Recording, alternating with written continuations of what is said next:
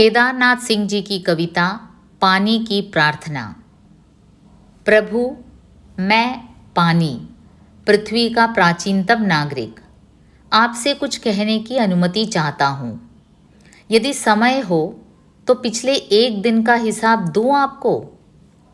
अब देखिए ना, इतने दिनों बाद कल मेरे तट पर एक चील आई।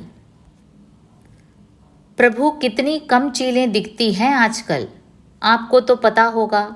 कहाँ गई वे? पर जैसे भी हो, कल एक वो आई और बैठ गई मेरी बाजू में। पहले चौंक कर उसने इधर उधर देखा, फिर अपनी लंबी चोंच गड़ा दी मेरे सीने में।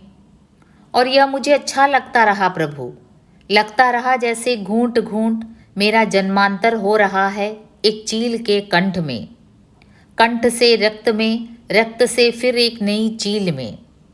फिर काफ़ी समय बाद दिन के कोई तीसरे पहर एक जानवर आया, हकासा पियासा, और मुझे पीने लगा चबर चबर। इस अशिष्ट आवाज़ के लिए क्षमा करें प्रभु, यह एक पशु के आनंद की आवाज़ थी, जिससे बेहतर कुछ नहीं था उसके जबड़ों के पास। इस बीच बहुत से चिराई चुरंगा, मानुष अमानुष सब गुजरते रहे मेरे पास से होकर। बल्कि एक बार तो ऐसा लगा कि सूरज के सातों घोड़े उतर आए हैं मेरे करीब, प्यास से बेहाल। पर असल में जो आया वह एक चरवाहा था।